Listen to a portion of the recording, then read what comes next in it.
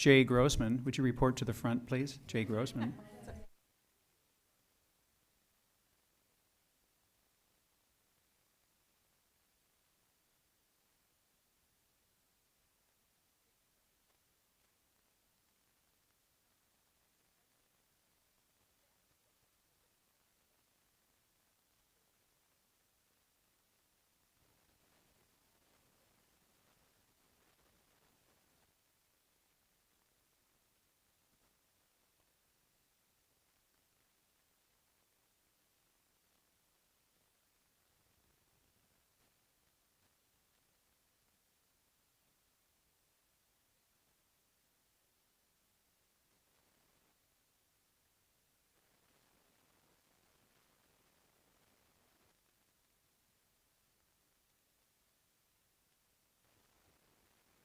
Ladies and gentlemen, I'd like to call to order the Saline Area Schools Board of Education meeting for January 24th, 2023. As you are able, would you please stand for the Pledge of Allegiance?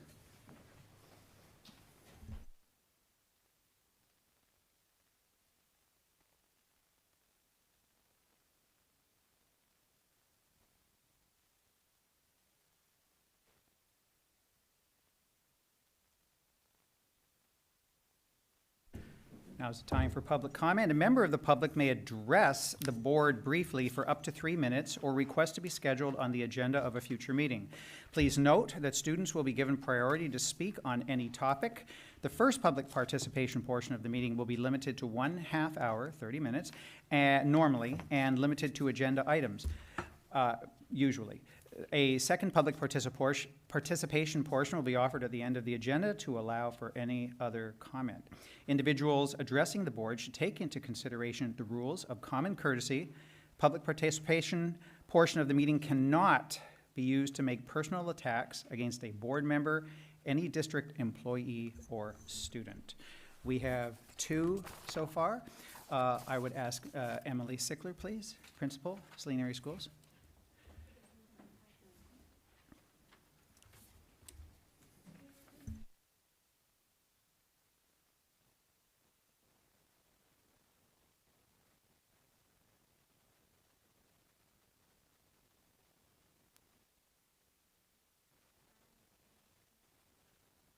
No. Oh, yes. That sounds way better. I am here speak on behalf of the Saline Area Schools Administrative Association, saying thank you to all of you for School Board Appreciation. Yes.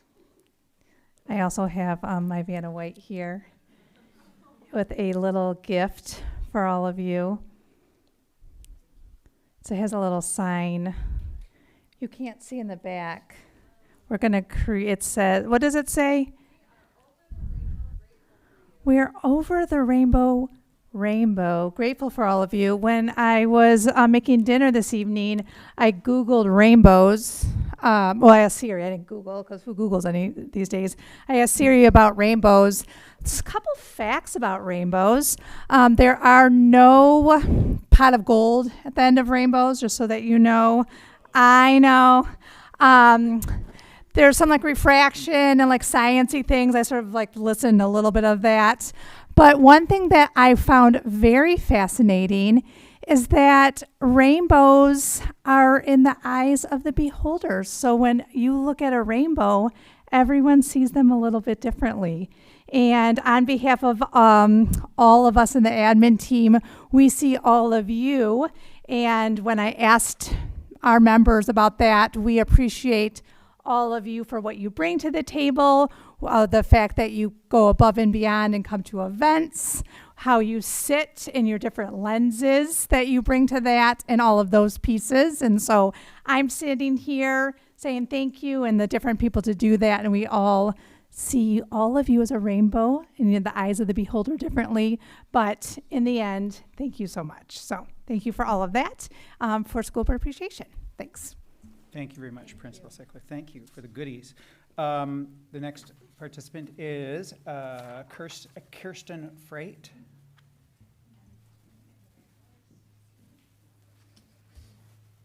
Good evening. I'm Kirsten Freight. I'm from Milan, Michigan, and I'm the trustee of the Board of Education down there.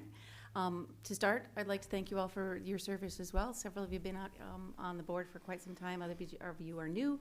It's an interesting and challenging job right now, and it's very sincerely appreciated by tons of us. Some of you know, some of you don't know, Michael and I serve on the WASB board. And the reason I'm here tonight is Michael's gone around, and I've gone with him a couple times to the 9 different districts, just to make sure you know that we're here. We want to be a voice for you. If there's more we can do, dump it on Mike, and he'll make sure he brings it to our meetings. And we will not be having a legislative coffee this month with the change in the House and everything. It's kind of hard to get a hold of our representatives, but we look forward to having one as soon as we can possibly schedule. I'm sure Michael will make sure you are aware, but we're also going to hopefully be doing an kind of minor little advocacy training to try to make sure that we do, as Washtenaw District and all of our school districts, have a voice in a more powerful one, or as powerful as we can, to make sure that we're advocating for all of our kids. So any questions or things that we can do for you in that capacity, please let us know. Again, I thank you all for your service. Well, thank you very much, Trustee Freight. We have prearranged one extended public comment. Stacy Rumpsa from the Foundation for Saline Area Schools. Well, good evening. I just wanted to give a quick update on what is going on with the Foundation for Saline Area Schools. Our biggest thing that you can see there is our, what was formerly known as Snow Blast is now called Blue Jeans and Bling. Would love to invite everybody. It is March the 4th, and it's from 6 p.m. to 10 p.m. at the Kensington Hotel. We're kind of switching things up this year. I'm trying something new. It will be a plated dinner, so we'll have a cocktail hour for an hour leading up to the dinner, and we'll still have our silent auction and our live auction.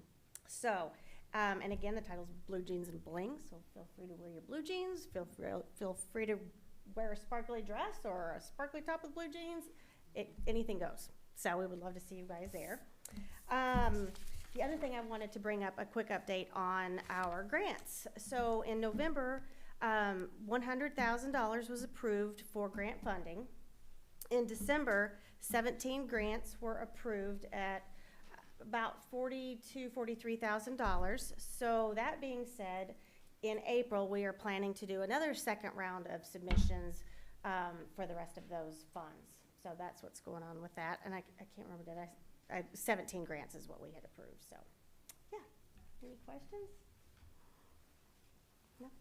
Okay. Well, thank you for letting me address the board. Well, thank you very much. I'm looking forward to having this at the Kensington Hotel. I think I may have told you the last time I was at a fundraiser there, I got into a bidding war with a fellow who looked like Governor Snyder. And we got quite heated at one point until his security got between us, and I turned out I got to meet the governor that night. So, yeah. Yeah. Never a dull moment. The next is a response to last week's public comment. There was one very brief public comment, but I just wanted to share one thing. Again, thank you to the rest of the board for electing me president, and I appreciated holding this gavel for the first time. But I'm going to retire it for this year because I have one at home that my father used when he was president of the Industrial Management Chapters of Canada, and it's dated 1965, so he must have been a toddler at the time, I assume, or a very, very old man, I don't know. He was a young man at the time, and I'm going to use that for the rest of the year, kind of in honor of his commitment to service. He was a Lions Club president and Kiwanis president and a whole bunch of other things, and he's been gone for 10 years, and I still miss him. So,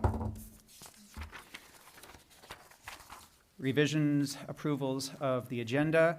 Items may be added or deleted from the meeting agenda, or the order of items may be changed at the request of an individual board member or the superintendent, and agendas must be approved before proceeding further. I'd like to entertain a motion to approve the agenda as printed. So moved. Thank you, Jenny Miller. Sorry, Stebbin, You're thank you. surrounded by them. Jenny's to Support. the left of me, Jenny's to the right. Okay. Did you just second? I'll second. I don't believe there's any discussion at this point. Hearing none, I'd like to put it to a vote. All in favor, say aye. Aye. Opposed, nay, and it is approved. So we have one scheduled report for this evening, the Diversity, Equity, Inclusion Advisory Committee. You can start walking up now, because I'm just moving us along, aren't I? We have three presenters, Corey Belote, Munya Elawar, and Frank Marcinkovich. How'd I do? Nailed it. And you actually have 4, because I get to be the introducer of the and- group.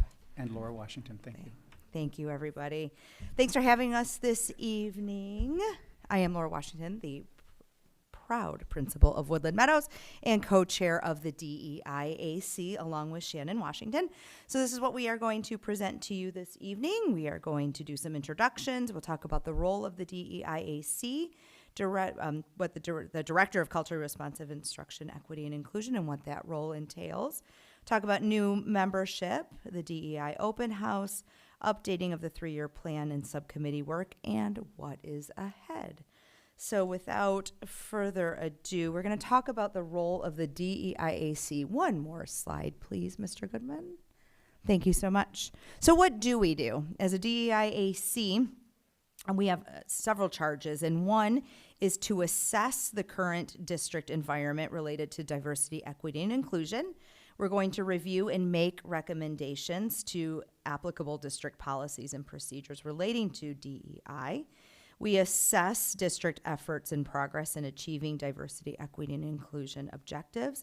And again, we make recommendations to board regarding DEI initiatives that the committee believes will aid in the implementation of the purpose of the policy. And then we present, we're getting closer to quarterly, or maybe we need to make some changes to that, to the Board of Ed regarding committee activity. So really that is our charge. So if you take a look at the big lined items, we assess, we review, and we make recommendations. That is what we do. Next slide, please. One of the things that we did recommend to the Board of Education was a position of culturally responsive instruction, which became a very long title of culturally responsive instruction, diversity, equity, and inclusion.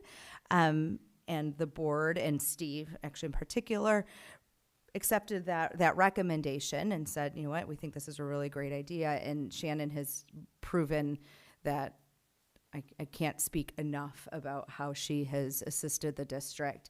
So some of the things that she has done, the position that has come up in July of 2022, she was named the director. The position was a formal recommendation, like I said. And then in 6 months, next slide, please. She's done all these things and more. She's conducted bridge to civility training, conducted an analysis of disproportionality of academic data, and introduced this data to the staff. So both our administration and our teachers are really learning a lot about disproportionality and what we can do about it and what our next steps are for it. She's met individually with teachers looking for support. She's conducted lessons on identity and acceptance for the 9th grade class. She's planned and conducted lessons on identity, or I already said that, planned and conducted training for student athletes on how to be a good ally, and partnered with other social justice leaders in Washtenaw County to collaborate around learning. So, and that is a very short list of all the things that she has accomplished. And she continues along with me to co-chair the DEIAC as well. So that's a little bit about what we do in Shannon's position.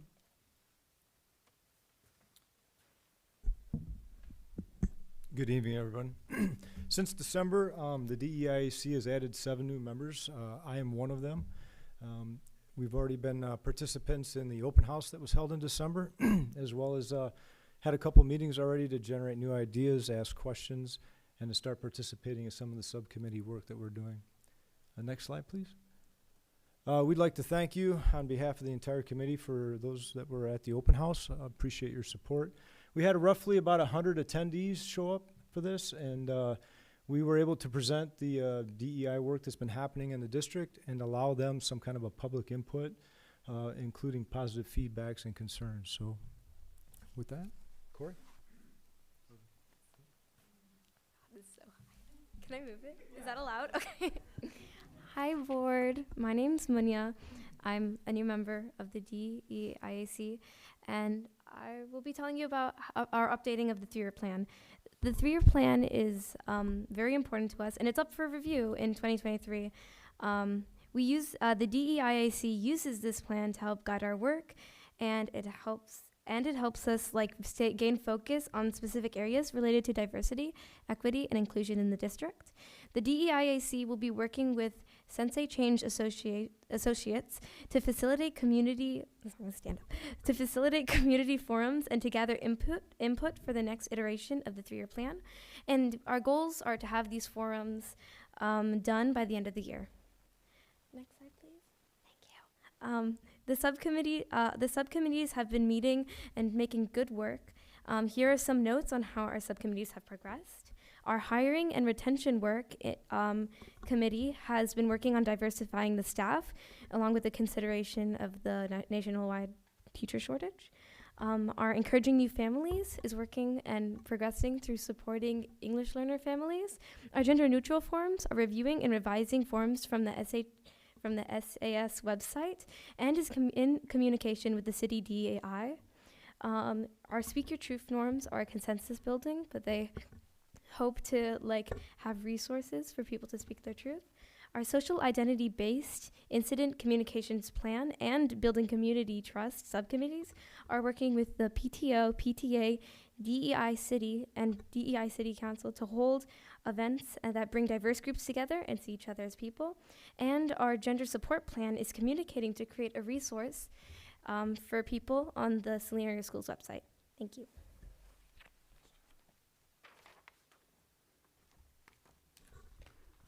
Thank you. I'm Corey Belote, and I've been a member of the DEIAC for just over 2 years now. So what's ahead? So we're going to continue working on our subcommittee work. As Munya said, our subcommittees have been meeting. We meet in addition to the monthly DEIAC meetings, and we've got great plans. So I'm looking forward to see what comes out of that. We are also going to be updating the 3-year plan, including holding the community forums. And we will continue to give feedback to the Board of Education and the school administrators when asked or during our board presentations. Next slide, thank you. Want to learn more? So you can find the DEI website on the Saline Area Schools site. If you just go to the search box, search for DEI, it comes right up. Or there's a link there, which I assume this will be sent out somewhere. On our page, you can find a link where you can schedule a meeting directly to meet with Dr. Shannon Washington. You can ask her any kinds of questions. She's very open to meeting with people. You can find the link to our policy, links to the 3-year plan, our past school board presentations, so this presentation will be there as well. Survey results from our last survey.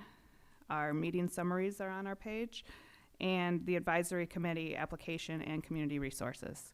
So if you're interested in applying to be on the committee, the form is there, and there's lots of community resources. Thank you. Any questions? Anyone on the board? Brett? Whoever'd like to go first. Oh, thank you. I'm not going to ask any questions because I sit on the DEIAC. I just want to say thank you all for what you do and the hard work and important work that our volunteers and committee members do. I'm excited about, and I think the rest of the committee, about our newest members and how that, the current members kind of hold that historical piece, and then I feel like we're getting new ideas and questions that we wouldn't have necessarily have asked ourselves. So I think that's been really great and refreshing. And yeah, I just want to say thank you, and I'm excited for what comes forward with the 3-year plan, the next 3 years. Thank you, Susan. I would definitely agree. Our new members have been a fantastic, amazing addition. Trustee Gerby? All right. First of all, I'd be remiss if I also didn't say, I'm proud of the work our committee does, right? And this is often thankless work, and it's volunteer work, and appreciate that. I appreciate seeing the the recommendations and the things that have been accomplished by the subcommittee. So thank you to the previous 3-year team and what have you. And then I guess I want to say one more thing. I think we're incredibly fortunate to have somebody of Shannon Washington's talent and expertise. And I don't use that word, expertise, to guide this. So the reality for me is that she is an absolutely high qualified individual, and I'm really proud that she leads us and that we have you as a part of our community. So do your recommendations go to the policy committee? Will they come to the board as a whole? Like, how do you see your recommendations progressing from your committee to us? That would be my first question. I will start, and then if anybody else wants to jump in, feel free. I would say it depends. If we are giving a recommendation on a policy, then we would go to the policy committee first. Right. And then after that, if it's not a policy or after the policy's ready to come to the board, then we would go to the board. So it would really depend. Okay, do you foresee any, is there anything you're foreseeing coming our way sooner than later, or? I don't want you to give me a preview. I'm just saying. We could give you a sneak preview. Yeah. So I think we just started our subcommittee work last month, and so I would see some of those subcommittee recommendations coming out. So for example, I know we're working on a lot of forms and procedures, and so those are types of things that I would say, if it didn't come your way, it would definitely come to our administrators and our front office staff to make certain that if these are recommendations that they would want to take on as well. And so yes, so I would think once our subcommittees get going in the next few months, then we would definitely be making recommendations to the board. And then I guess my next question would be, we have a 3-year plan. Does that also mean that we are hopeful of maintaining a 3-year continuous membership of our committee on that team as well? So membership has definitely ebbed and flowed in the sense of we ask for a 2-year commitment, but the reality is life gets in the way of a lot of our members. And so that has really come and gone. So when it's an application process, it's a constant rolling application process. And so we have taken on members throughout.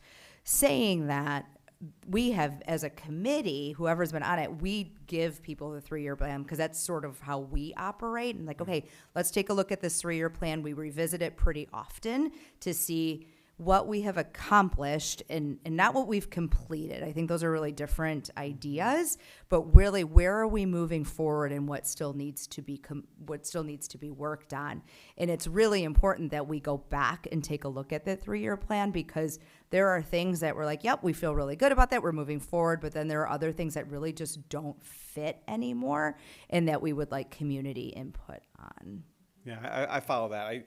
I think the continuity piece is important just from a standpoint of then you're not feeling like you're constantly onboarding and you're not getting to some of those types of things. So I think those were the questions I had, but I just mostly wanted to validate the work of the team too. So thank you. Trustee, Secretary Miller. Yeah. Oh, yeah. New title. Forgot. I'll answer to trustee too, just in case you. Yeah. When you have a name like Jennifer, you go by lots of different names. When you were born in the 70s, so I'm used to. Yeah. Anyways, I just wanted to say thank you to the group that volunteered to present tonight. I know that when the request went out, that all of you were very willing to participate, even someone who is new to our committee. So thank you very much. I also just wanted to add a welcome to our new members, and I also wanted to extend a thank you to our past members. Our committee has evolved over time, starting from really a grassroots effort and then evolving through the policy creation. And so over the years, there have been a lot of people who have gotten us to the point where we are now. So I just wanted to extend a thank you to that.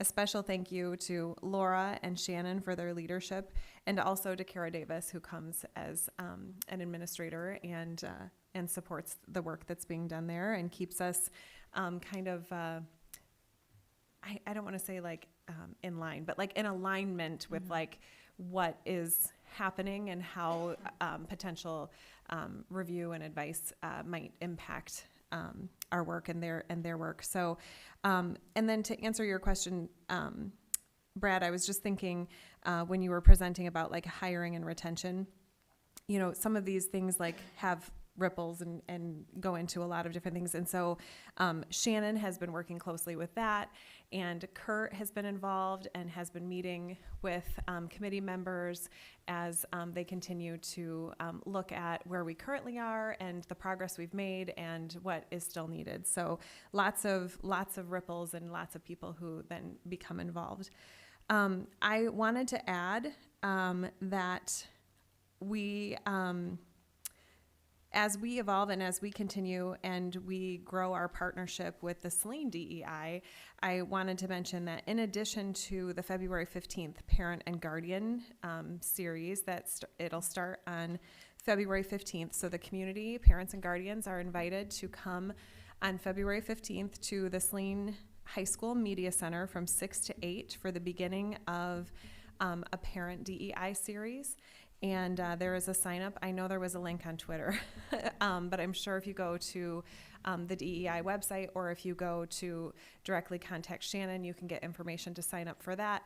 We do ask for you to sign up just so there's an idea of the number of people that are coming so that we can be prepared with space and resources. And then, as I mentioned, the Saline DEI committee, I don't know if they're called a committee or club, I don't know exactly what they're called, but they operate under the city council, and they have a number of things planned in February. And one in particular that I was interested in was a viewing and discussion on the documentary 13th. And I watched that with my oldest daughter, who is now in college, when she was in high school, as an optional assignment one weekend, and it has continued to impact me years later. So so that I think would be a really wonderful thing to participate in. So just lots of things coming up. I want to agree with Brad, with Treasurer Gerby, that Shannon is just. I'm beyond thankful that we have her in our district, not just the position, but her in particular. She has allowed for us to develop resources and guidelines for families, for students, for athletics, for teachers, for administrators, and her guidance is measured and thoughtful, and her expertise is just wide and broad, and it allows for all of us to grow and to be nurtured in a way that that makes us all better for the students that we serve daily. So thank you to Shannon for her leadership.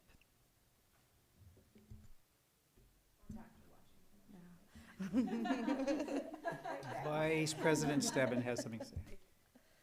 Corey, you mentioned community forums, so I just wanted to see if is specifically that February 15th event that Jenny mentioned, is that one of the community forums? Because my question was, I liked the slide with ways for the community to get involved, because while we have rolling applications for this committee, I guess my question is, how can those who aren't on the committee get involved and participate? So Shannon, I appreciate your link to office hours, but if you could talk a little bit about the community forums and what those look like and what kind of opportunities they give to other community members, that would be super.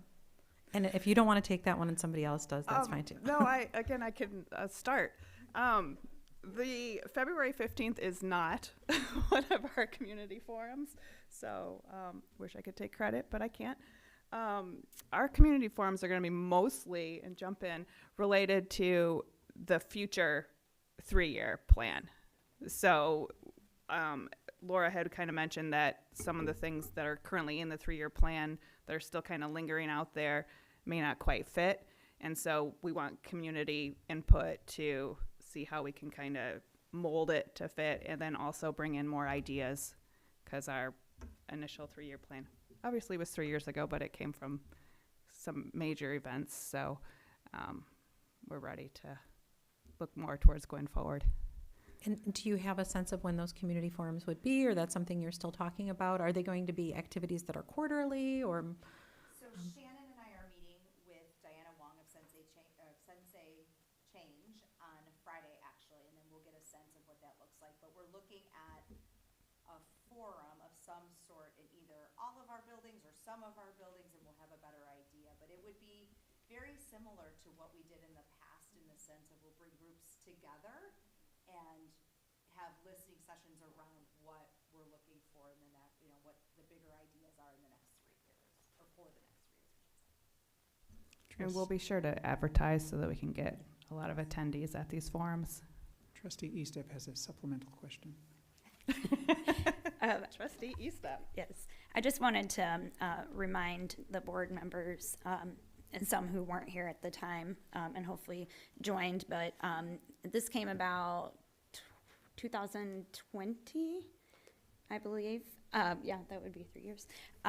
When we all came together, there were sessions at the senior center, different school buildings, and this was after the international, I guess, coverage of the one event that we did have, not event, but community session, and there was some racist comments in the school and then at the event as well. So this came out of recommendations from SPAR, from the students against racism, I believe, and then also the DEI committee at that time, and came out of all of those. And it was actually Sensei Change, thank you, who ran that, and we were able to get really good community feedback from parents, community members. We're trying to get more students, I think, student voice in there this time around. So, but yeah, just a reminder that it wasn't necessarily like the DEI committee took it on like solely. It was just pulled from all sorts of places. Trustee Austin. Thank you. So I got a couple questions, and maybe Laura can answer this. Is kind of to piggyback off of what Treasurer Gerby said. But what comes to the board? How does that work? This like curriculum and or activities going on in the classroom. Does that ever come to the board? Who initiates this kind of stuff, and does that get vetted, I guess? Good question. I think, like I said, in the broader things, what we make recommendations on go to different venues, right? And so in terms of what has come to the board, really the only thing that has come to the board was the DEI committee, Dr. Washington's position. That we made a formal recommendation. After that, I don't think we've really brought anything else to the board that I can recollect. But in terms of curriculum, that really is teaching and learning. And we see things, and then we can make not necessarily a formal recommendation like in that regard, but we do mention things, like I said, to our teaching and learning experts, and go from there. So I don't know if there's anything. Yeah, please. One example of something we worked on as a full committee was, for instance, the dress code policy. There was the draft, and we got a draft of proposed dress code policy, and then we proposed a series of questions about it that we thought should be reflected on, and then engaged in feedback from there. So that came from the board, and then we returned it with questions to ask about it, and then it could create a dialogue, or sometimes those questions just need to be asked within the policy committee of the board.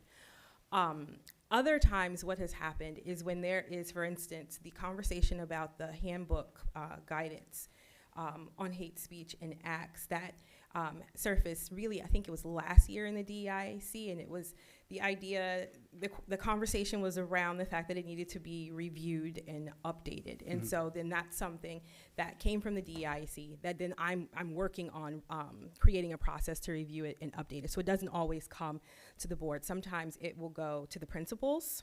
For instance, it was recommended to the principals that they update the handbook, so that the handbook was more interconnected in terms of some of the discipline policies and provided more information to parents about how some of the guidance was linked. And so this summer, the principals sat together and updated the handbook based on that. So that never came to the board. And then other times it could literally just be something that that I need to do in terms of sharing information. Can I give one more example? And Corey just reminded me of one more example. So holidays and celebrations, for example, as a district. So that teachers had questions. They asked the DEIAC. We brought it back to our administrative team. We looked at it. We brought it back to teaching and learning. They brought it back to the DEIAC for a final kind of look at it again. And then we brought it back. And so it's this back and forth relationship. So the DEIAC is more of a broader. They don't really get into the everyday classroom type of stuff. No. Okay. No, we're essentially we're going back to that first slide. We're making recommendations. We're giving, we take a look at things for them because sometimes teachers don't have time, right? So they're going to ask us a question. We can do some research behind it, but then ultimately we're going to bring it back to either our administrative team or teachers who asked the question. Yeah. And I like the idea of the community forums. I think those are good. I think the one that you just recently had was very good and had a good turnout. 100 people to any forum is amazing. So that's good. I do think, and I guess the reason why I asked about the curriculum and stuff is because you guys know this is a very emotional topic to a lot of people, and you guys are on the front lines as far as getting the emails when they don't like what they're seeing that their kids are being taught, or they do like what their kids are being taught. So it's very, and it's emotional, and when everybody's emotions are their own and they're real. So I think it's very important that and so I just didn't know. I thought it would be if the DEIAC as a committee and they're kind of pushing this stuff through the curriculum without it coming to the board. I think that's kind of not really fair. I think what our new members have really done in giving a kind of a new, and they've really invigorated some of the thinking is really around all means all, right? We're really thinking about all of our students that walk through the doors of Saline area schools. And I give them a lot of credit because like I said, it's just given us it's reinvigorated some ideas that we've had. And I completely agree. Yeah, 100%. All means all, and we have to include all, and we have to try to look at diversity without dividing people within this community. So. I want to add on to that. So to simplify it, just what Laura said was the DEIAC provides recommendations primarily to the admin team and myself, and then we are the decision makers. And then if we are potentially going to change a policy or something that, we would bring back to the Board of Education, then that would come back to the Board of Ed to discuss and then determine how we move forward with that. And then you would get periodic updates like this as to what's happening. So that's sort of the way in which all of it would flow together. Can I add that the admin really look at that 3-year plan as well. And I think that's kind of where there's that partnership between the administrators and the DEI team to look at those things and implement them. So I think it's already written there, right? What should be done in the districts, and that was supported. I don't remember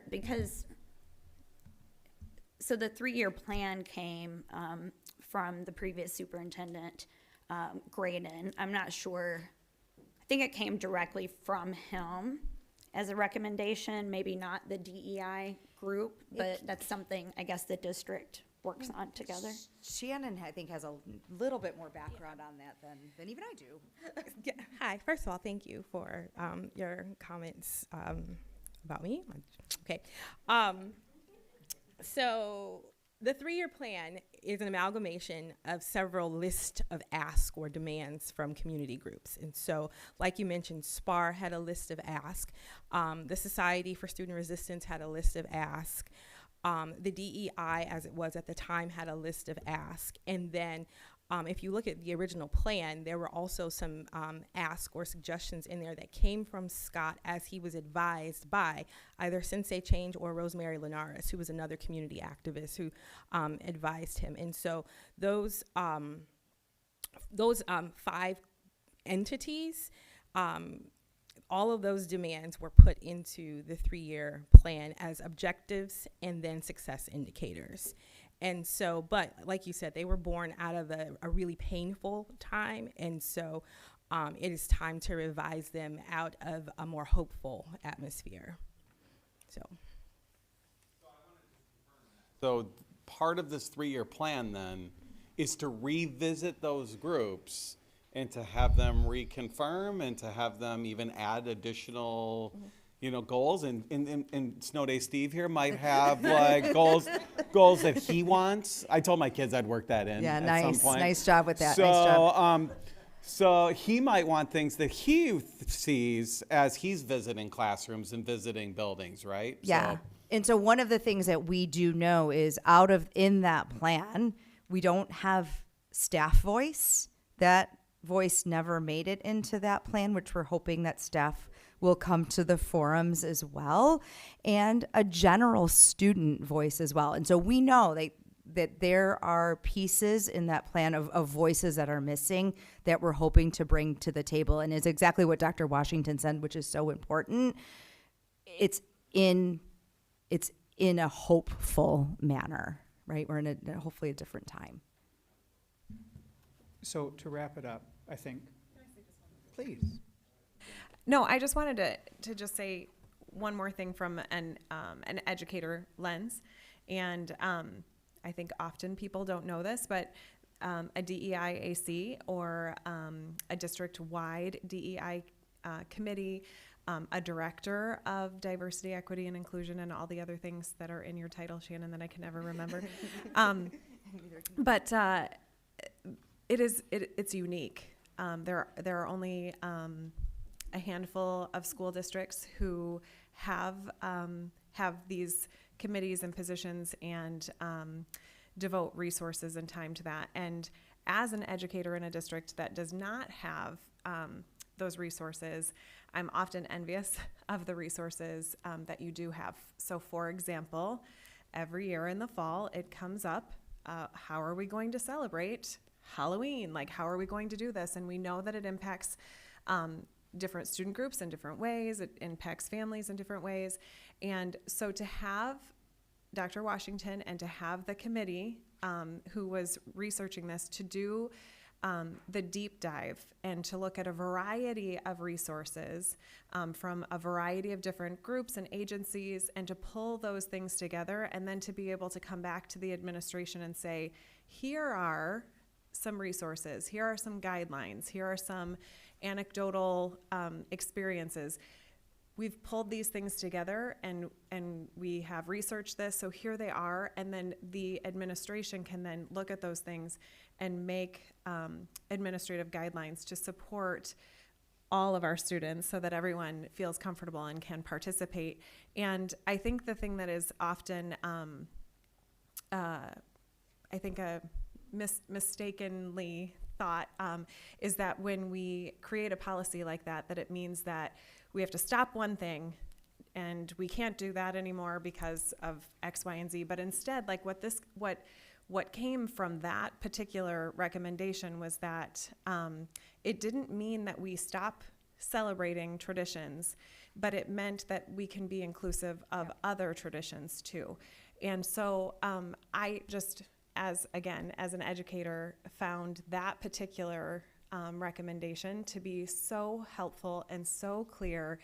And it didn't mean that one third grade teacher was making a decision and parents didn't think it was fair, but it meant that a lot of time and energy had gone into that and a lot of thought, and it created a much better atmosphere at the beginning of the year when relationships are so brand new. So that is one piece that I just feel like is an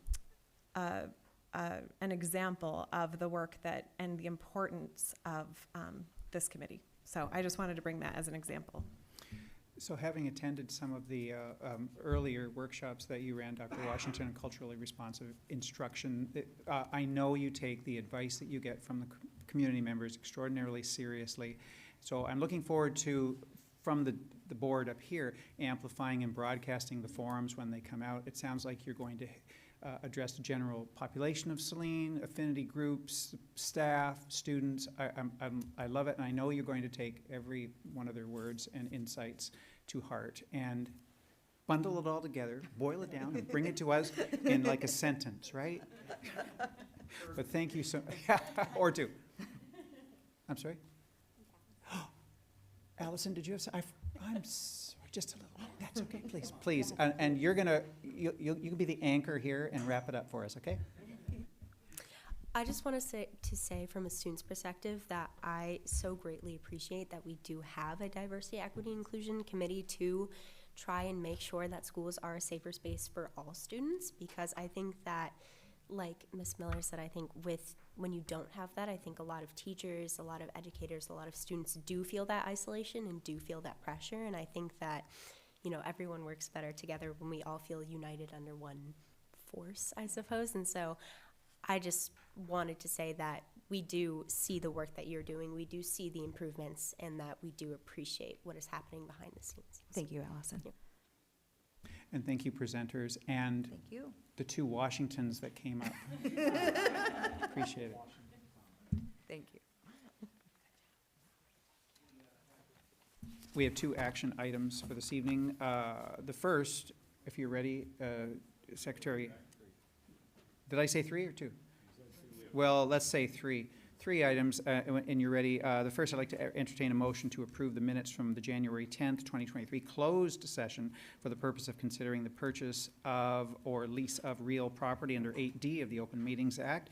And Secretary Miller, as I'm saying this, will get up and pass out. See the way we time this out here? Never, there's no moss on us, right? Rolling Stone, the whole thing. She's going to hand out the minutes. We will quickly review them. We will return them to her, and we will take a quick vote. Thank you. Oh, have we had, I called for the motion, I thought. Yeah.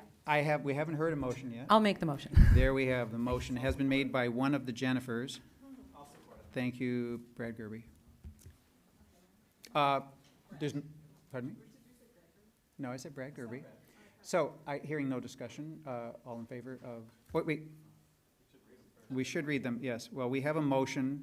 Now we're going to read it, and then, yes, thank you. It's all about the cadence.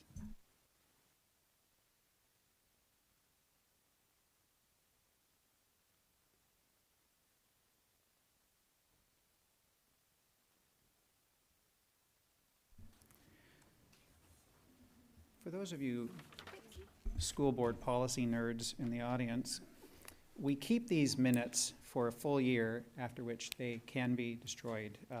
I've never seen the process happen. I know that Ms. Yankee will attest to the fact that occasionally they get thrown out and shredded, right? But they have to live in our possession for 1 year. And the regular minutes of the board are supposed to be forever. So you can go back quite a few years and find boards. So, have we got them all? Yes. Thank you. So, all in favor of this motion, say aye. Aye. Opposed? Seeing none, we will approve this 7-0. The next recommended motion, I will entertain a motion to approve the Harvest Elementary roof replacement bid comprised of $1,515,000 to Cass Sheet Metal, $83,940 to the Roofing Technology Associates, and $190,940 to Lacole Planner, for a total of $1,789,888, as recommended by Rex Clary, Director of Operations, who is on standby. Can I have a motion? I'll make the motion. Thank you, Trustee Gerby. Support ESTEP. Thank you, Trustee Eastep. Any discussion? Or do you have anything to add to this? This will kick off the 2022 bond. It's our first project. As you know, we hired a roofing consultant about 2 years ago, and he did evaluations of all of our roofs. Last year we completed about $2.5 million worth of construction on time, on schedule, and under budget, using Roofing Technologies Associates and Lacole Planners. And so we had 2 responsive bids. This will be done over 2 summers. because of the height, and it's less square footage than Pleasant Ridge, which was done last year, but yet because of the height issue, it will take 2 summers to get this work done. So we're meeting with them to determine where the stopping point and pickup point will be for 2024 to finish that the following summer. So, Fred? Does the recent, I don't know how to word this, like, does the recent event we had where we had an impact into the building impact like the insurance piece on this? Like, did we have impacts to our roof as a part of the set sag recovery process, I guess is what I'm asking? No. So we brought in a structural engineer on the Monday after the Sunday, and we had them evaluate the first and second floor. It is a steel post building, and so the brick is just a facade. It's no structural support to it. Luckily for the bus driver and for our building, he went between 2 pillars. At the end of the day, he destroyed that room. We are working with Blue Sky. They should submit everything to the state of Michigan. They should be getting that back shortly. It still has to go through the state of Michigan plan review because it is a school facility. Even though it's an emergency, because it is construction, the state inspector actually called me on Tuesday or Wednesday, I believe that same week it happened, said, how did this needs to go through state inspection, and how did you get occupancy back? And I told him what we had done, so he was fine with that. But Ms. Miller?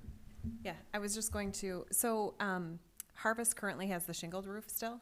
Is that true? So, yes. So this will follow the path that the other buildings, so now, is there any building left that is shingled? Or is this the last one? just a few outbuildings like A few concession outbuildings, stand. yeah. Okay, But but no. school buildings. Correct. And so, and if I remember correctly, the shift from the shingled buildings to the sheet metal is a longer term solution. Yeah, at a minimum, we should get at least 40 years out of a standing seam steel roof. Okay. With maintenance, proper maintenance, it could be longer than that. But Great. And if I remember, is Harvest 20 years old now? How old is it'll be Harvest? 20 years old it'll be 21 years old. 2002 is when it opened. Great, so we're effectively doubling at least the life of the roof. Correct. Great, thanks. Are there other questions? So let's put this to a vote. All in favor, say aye. Aye. Opposed, nay. Hearing no opposition, this passes 7-0. Thank you very much, Mr. Clary. I'd like to entertain a motion to approve the resolution as attached for the May 2nd, 2023 operating millage renewal proposal as prepared by Thrun, our law firm, and submitted by Assistant Superintendent Owsley. So moved. That's Tim. It was Jen. Miller supports. Austin moves. Owsley informs. So for those of you that read the memo, I'm just kind of going to recap a little bit of why why we're here at this point in time. So an operating millage that collects a tax millage for all 7 of our agencies that collect on our behalf is expiring in December.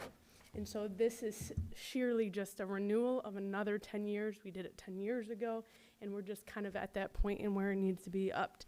The number that goes into the mills and that 21 number is solely there because sometimes that millage number does reduce down, and no matter what that number is, we always mill 18 mills. It's a statutory state legal limit that we can mill, so that stays fast, and it just allows us to keep going for the 10 years without coming back to the voters and asking again if we reduce. With that being said, also that basically this is brings in a large portion of what we fund our general fund, our main operations kind of fund, and generates in the memo it says about $8 million or $8.5 million. What this does is the state sets what we get every year by the per pupil foundation allowance. Then they say we expect you to collect local tax dollars, and we will reduce that from what we are going to give you. So if we don't collect it, we just don't get it. So if this is eventually not renewed, we wouldn't have that $8.5 million in our general fund. So critically important for the district and will be on the ballot in May. In general, the district has plans to communicate this out, but it comes to you guys as a first to call the vote, and due to the timing of when we have to file with the county, it gets pretty early on the tax or on that calendar. So we're here doing it now, and then we will see things much closer to May in that communication. And then I'd like to add that this is part of the normal operating millages that all school districts are doing. This isn't something unique to Saline, like our latest bond proposal was. That was districts every so often go out for a bond proposal, but this is the normal structure of funding, similar to how we get a per pupil expenditure that funds part of the district. This operating millage is another part of that. It's part of the normal sequence that school districts go through. So I just want to point out this isn't some unique thing to Saline.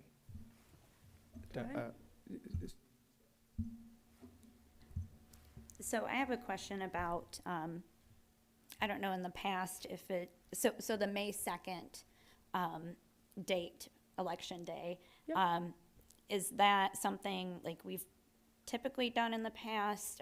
Is there like a benefit or not in having it that? You know, for us in the timing right now, it just is the key timing. This officially expires in December, so we're still we're in compliance, and right now it's simply a renewal. As it gets closer and closer to that December date, it just gets harder and harder.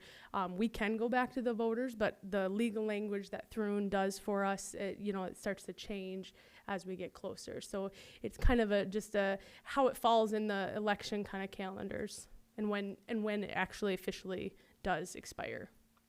And if you're summer tax or winter tax, it kind of plays into that timing as well. Yeah, I'm just on getting out votes kind of perspective is what I think. Yeah, it's a little hard even as we looked at the last election, even in the bond vote. Elections aren't necessarily what they have been in the past. Voter turnouts and things are very different than what they have in the past. So we haven't seen, it's hard to say to predictions of the past isn't necessarily currently in our future. So it's one of those things where we, it's timely, it has to get done. So we feel like it's needed. Are there other questions? No, Jenny. I just want to make sure, as I read through the packet, so for layman's terms, this is a no change millage. So no one's titled a renewal. Yep, it's a renewal. So no one's taxes will be impacted. Nope. With this renewal, they would stay the same. Exact same renewal for another 10 years. Correct. So that's the first one I wanted to make sure. And then the second thing is that when we were doing the previous millage, just want to make sure I understand because I've been talking to a lot of people. So I want to make sure that I'm giving the correct information. So in the proposal and the bond that was passed in November, that was for mostly structural things, and programming could be impacted because of the new structures or because of the changes to the structures. So it does impact students in a way that that, like, for example, the STEAM centers will allow for different opportunities for students. This particular millage, though, is directly impacting the student experience because it is a part of that per pupil allotment. So this is directly linked to the student experience on a daily basis. Correct. Just wanted to make sure. And I guess I would add from the treasurer's standpoint, the May timing of this also, we run on our fiscal year runs July 1st through June 30th, right? As we know, in June, we come together and approve final budgets, and then we need to start budgeting for the following school year. And so I guess I would also say this time frame of May gives us some security about knowing how much money we would have for certain for the 23-24 school year. So from my perspective, that's really important that we have as much knowledge as we can of how much money we're going to be able to spend on programming directly for students. This is instruction, folks. This is instruction. This is not buildings. This is everything we do to support students on a daily basis instructionally. So anyway, so that's what I just want to ask one more question. So let's just say a number. Let's just say the state says that Saline schools, because again, it's not equitable. Every district is given different numbers for per pupil allotment. That's a whole nother can of worms. But let's just say the state says, Saline schools, you are getting $8,000 per pupil. If we don't collect this mill, we actually will get less. Yes. They set it, and it's made up of some that they give and some that they assume we collect on our tax. The tax rules from all our 7 agencies is reported to the state, and they subtract that out of the payment that essentially gets to us. Mm-hmm. And they calculate that number based on all of the things that are unique to our school district, but also that are maybe similar to districts that are peer districts. So if we have less, then we will be able to do less than our peer districts. There's the large majority of the school districts now that are on the same per pupil basis, but then every school district then is judged individually for how much they're going to be collecting in tax. Okay. So in general, they have closed that gap, and there's a majority of the schools around the state, they closed that 2 times formula kind of thing they had always talked about. They had closed that, but there is some still hold harmless, even though they say all schools, it's really the majority of schools are on that. There are some of our peer districts, though, that are a hold harmless. It's kind of back with Proposal A when that got established, and some of those people that still are on a different format. But it's a lot smaller now in this Okay, point in so time. but peer districts who the state determines are similar to us and are getting the same per pupil allotment, if we don't collect this mill, we will have less funding than our peer districts and be able to do less instructionally. Yes, this generates about $8 million that we would lose without collecting the tax. Okay. And again, it's a no change millage. It's a no change millage. Perfect. And if you have one single home, you aren't paying it anyways. This is kind of on a businesses and second homes kind of a tax. Oh, okay. That's even Thank you. different than I thought. Thank you. Trustee Austin? Yeah, that's what I was just going to mention, that I think people need to know that this is for non-homesteaded properties. Correct. So that's important. You also did a really nice job of laying this out, and I hope you can share this broadly, because it lays out the thing, this millage really well, because it is important. I mean, the $8 million, it's not about less instruction, it's about terrible, any instruction. I mean, it would be terrible. So Devastating. Yeah. So, thanks. Michael, I have one. Vice President Stebbin? I agree with Tim. So I would work with Anna to have some kind of community message so folks understand that this isn't, to Steve's point, this is normal process. This is how revenue is created. And that 8.5 would hit the general fund, correct? Correct. So it's not, it's staff, it's benefits, like it's. Correct. This is critical, so thank you for using that word. Yeah. Thank you. So I'd like to put this to a vote. All in favor, say aye. Aye. Aye. Opposed, nay. All unopposed. Thank you. There's one discussion item, and that's a very brief, I assume, policy committee update from our new policy committee chair, Secretary Miller. Yeah, okay. So this will be brief. We had a discussion of a few policies. This was our first meeting of our new committee. So Trustee, I almost said doctor, Trustee Gold, and Trustee Eastup and myself met with Steve, and Betty was there as taking minutes, and also helps us to gather all of the important documentation that we need. So we did discuss a few policies. We had some questions and some research that we need to do. So they're not ready to come to an agenda yet, but they're very close. So you will be seeing some policies and policy revisions around school visitors, wellness, animals, and threatening behavior towards staff. So we are working on those things, and Steve and I are also setting a time to meet regularly because we have some bigger policies that we want to work on for revisions, and we know that that's going to probably need longer than our 1 hour, once a month meeting. So we're going to work to set a calendar and also invite public feedback. Thank you very much. As the former policy committee chair during the hiatus, I just kept throwing things onto the agenda, and it actually went to about 2 pages long. So Dr. Lotch urged me to do a little cutting on your behalf. Thank you, Dr. Lotch. So administration or board updates, we'll start with Dr. Lutch first. Okay, yeah, mine are a little bit lengthy tonight. They're all about students, though, so I think they're very important. I want to start with accolades for Neil Mugdal. He is a Saline High School senior, and he's received a tremendous honor. And I want to actually read you the letter that was sent to Bridget Sparks. Bridget is one of our excellent science teachers at the high school. And this is how it reads, a part of it.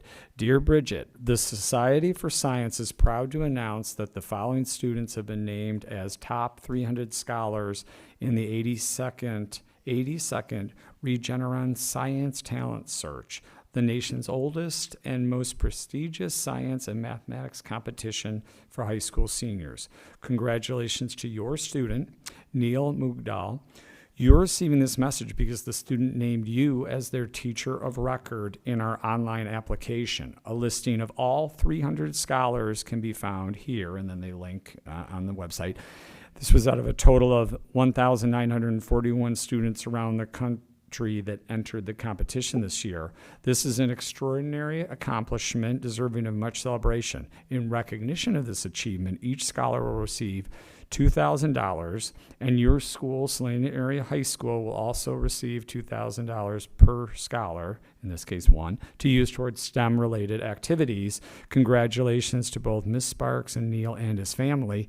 And then Anna and I just received an email today from Ms. Sparks, just in. Neil has made it to the final round and will travel to Washington, D.C. to present to the top scientists in our nation. So that is really outstanding. And then I want to read some comments about our outstanding music students as they continue with constant top honors at a variety of competitions and festivals. So recently, our middle school choir students in 6th grade, Anna Peevler, and 7th grade, Gabrielle Dix, Aurora Gust, and Shiloh Livingston. They were selected to be part of the statewide middle school honors choir program and sang this past weekend in grades 6, 7, and 8 SA Honors Choir in Grand Rapids to start off this very large Michigan Music Conference that a lot of our teachers attend. Also for high school band and orchestra, congratulations to 5 Saline High School musicians and also 1 middle school musician. They've been named to All-State Band and Orchestra this past Saturday. Those students are Neva Ragnes, All-State Band and Trumpet, David Franklin, All-State Band in Trombone, Yohei Kuroda, All-State Band in Tuba, Quentin Riggs, All-State Band in French Horn, and Tyrion Cooper, All-State Orchestra and Viola, and also a middle school student, Natsuko Kuroda in bassoon. So again, just constant awards from our music program, from our students across the board in choir, orchestra, and band, which is really, really impressive. And the final comment I have tonight is about one of our former graduates, Dominic Dorset, which I think is really neat. So this is about junior theater, where he used to participate here through our community education program. So Dominic Dorset is a graduate of Saline High School and also the U of M, a graduate in their theater program, recently performed in Junior Theater Festival in Atlanta, Georgia, and he gave a big shout out to our junior theater program here in Saline. And some of you know that Rebecca Grieb-Driscoll, who also is our theater teacher and also runs the high school auditorium, she's very active through community education in running our junior theater program. And so she received that information that Dominic was making comments about how great the Saline program was. And then she responded with this letter and note that I thought was great. She said, I directed Dominic in our junior theater program here in Saline and later on in numerous productions at the high school. He always showed a promising amount of talent and enthusiasm for music and theater and has always been such a grounded and humble young man on top of having all of this talent. I saw him in one of his first shows of Frozen down in Cleveland in September and couldn't have been prouder. And this part I really like. As a theater teacher, I know you know how great it feels to watch one of your former students succeed at such a high level. Thanks for making my day. And it's also a credit to our community education program for supporting positions like Rebecca's in the district. So anyway, some tremendous accomplishments. And my final comment, snow day tomorrow? Perhaps. We are waiting to see. We are following the detailed forecast. It's a reality. I'm going to call on the rest of the board if they have something to say, but my snow day calculator app says a 97% chance. No pressure, no pressure. Should we call for a motion for snow day? I'm kidding, it's operational. So any comments from the rest of the board? Interesting notes. And we'll start with Allison Doran. Thank you. I live in a rural neighborhood that has one road leading to the high school. Unrelated to any previous comment. I just felt it in my soul that I needed to point that out. Just saying. All right. Where's the Vice President Stebbin. Just wanted to amplify what Stacy Rumsa said earlier. The former Snow Blast, now known as Blue Jeans and Bling this year, is our largest fundraiser for the Foundation for Saline Area Schools. So it's incredibly important to attend and support if you can. Their grants back to our buildings and our teaching staff are just incredible, and as well as all staff. So please consider that if you're able. I wanted to let everyone know that I joined Trustee Freight from our friends at Milan Schools for professional development this past weekend at Jackson ISD. It was on overseeing the superintendency, and I was thinking it would be a little bit more about roles and responsibilities and delineation, but it was actually really tied to evaluation and compensation, and learned quite a few new tidbits that I'm looking forward to sharing with our finance team, since that's also the evaluation and compensation committee. I also wanted to let the community know that I really, really appreciate emails that are sent to the board and your voices are heard. And I want to encourage students to also know that they are always welcome to email us at sasboard@salineschools.org if Allison can let them know. Thanks.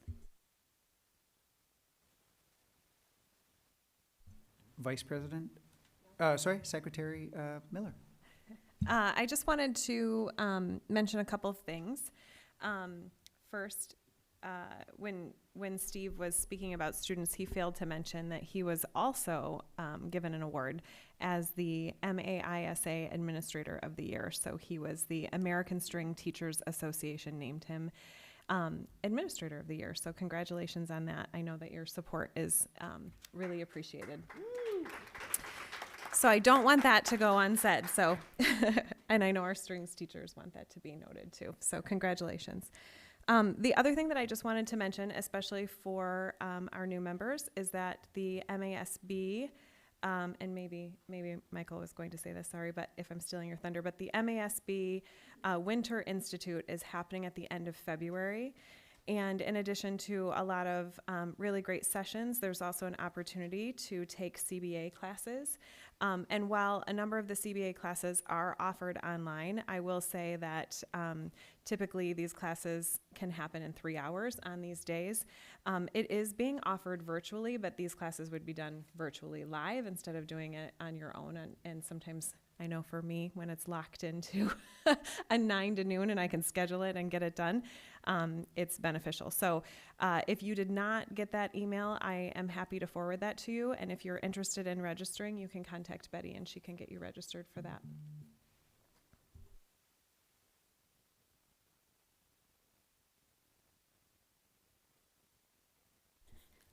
I always have something to say. So, and maybe you're going to repeat some of these too.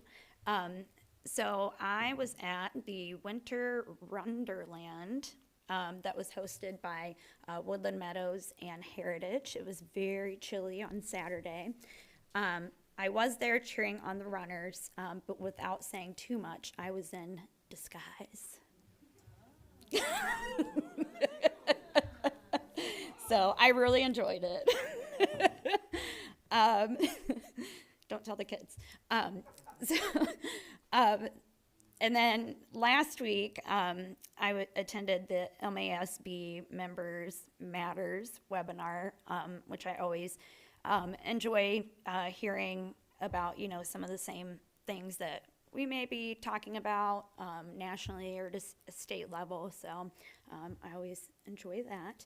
This Thursday, MASB is hosting Views from the Capitol webinar, and it is State of the State edition. So after the governor's State of the State address, they're pulling from what she says that, that's related to education and legislation that may be coming up. So I think that's important. If you want to attend that, I think that's it. Thank you. I'm just going to add that, yes, I did meet that secret guest.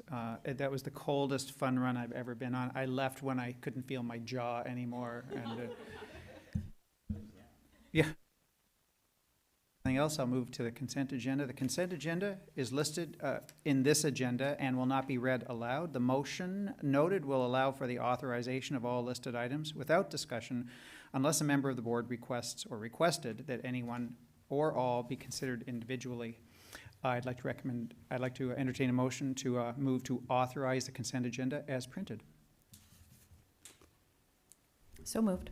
And that would be Vice President Stebbin. Support ESTEP. And seconded by Trustee Eastep. Do we have any? There is no discussion. I have a quick comment. Yes, if you don't sir. mind. I would just like to recognize some of the retirements here, right? There are some individuals who are leaving our district with tremendous experience and tremendous, that they gave back to our students in an incredible way. So thank you for your service to the district. I appreciate that. Oh, yes. Since I guess I'll add to that, I know Mrs. Raft is on there for retirement. My daughter had her last year, and then I was hoping she was going to hold out for my daughter coming into kindergarten the next couple of years. So I was sad, but also excited for her. So yeah. Thanks. Thank you. All in favor, say aye. Aye. Opposed, nay. Hearing no opposition, this is passed. Items scheduled for the next agenda.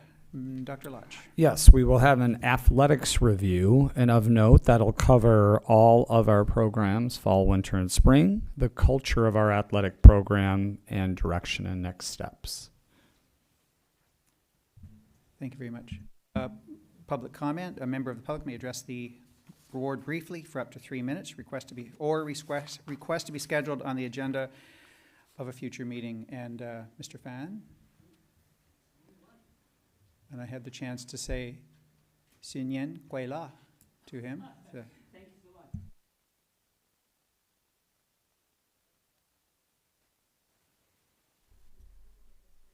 Okay, ready? Good evening. Ready?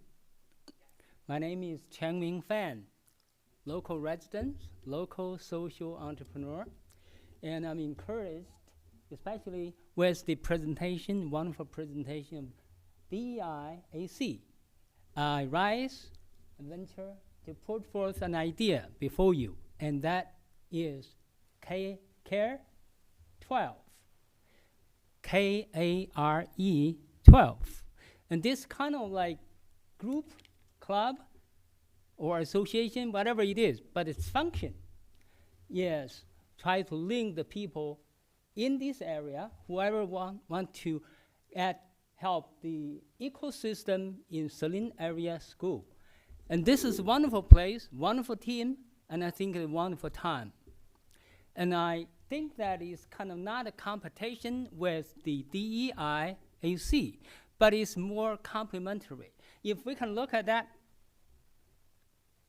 Saline star, it is more like two-dimensional. What we want to add another dimensional, age. A-R-E. A is along. Anybody graduate from this school or this school in University of Michigan, any you qualify. R is retired. More and more people retire. People want to help. our school education system. And E can be elders and can be entrepreneurs. So why we do that? Again, the name is called that Care 12. Why we do that? I think there is a need and there is a gap and there is a potential. Why do that? Because the people graduated and getting older, but they want to help. And also parents and also want to work with the teachers. So there is something I discovered as a sub-teacher in Ann Arbor, Saline area. I see we need something like that. So again, I venture with the encouragement of the wonderful people, DEI, AC. So this idea come out, and then please give me any of the comments, support.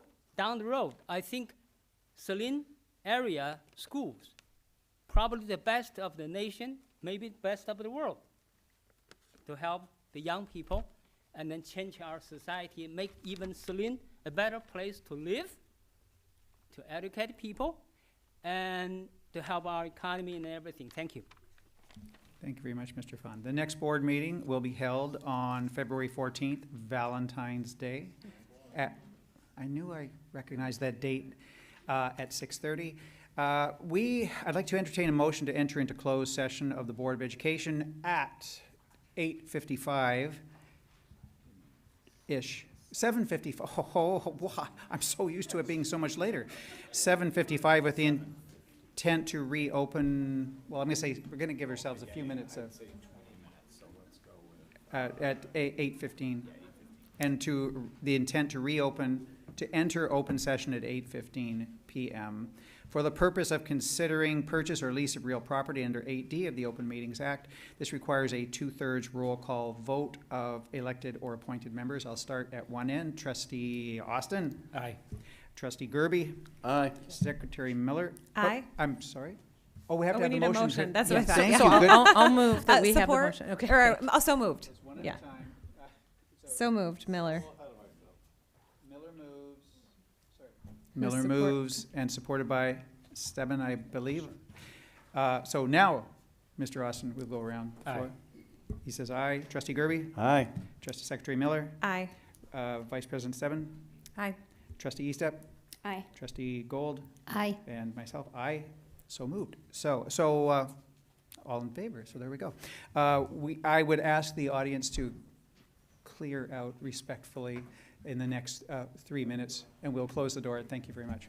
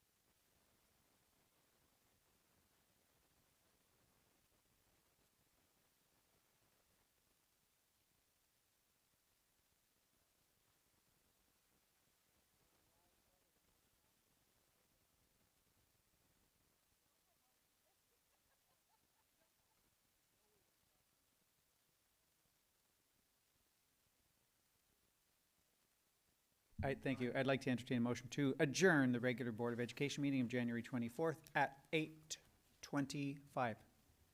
I'll make the motion. Brad Gerby makes the motion, seconded by Jennifer Miller. All in favor, say aye. Aye. Opposed, nay. Hearing none, we shall adjourn. Thank you.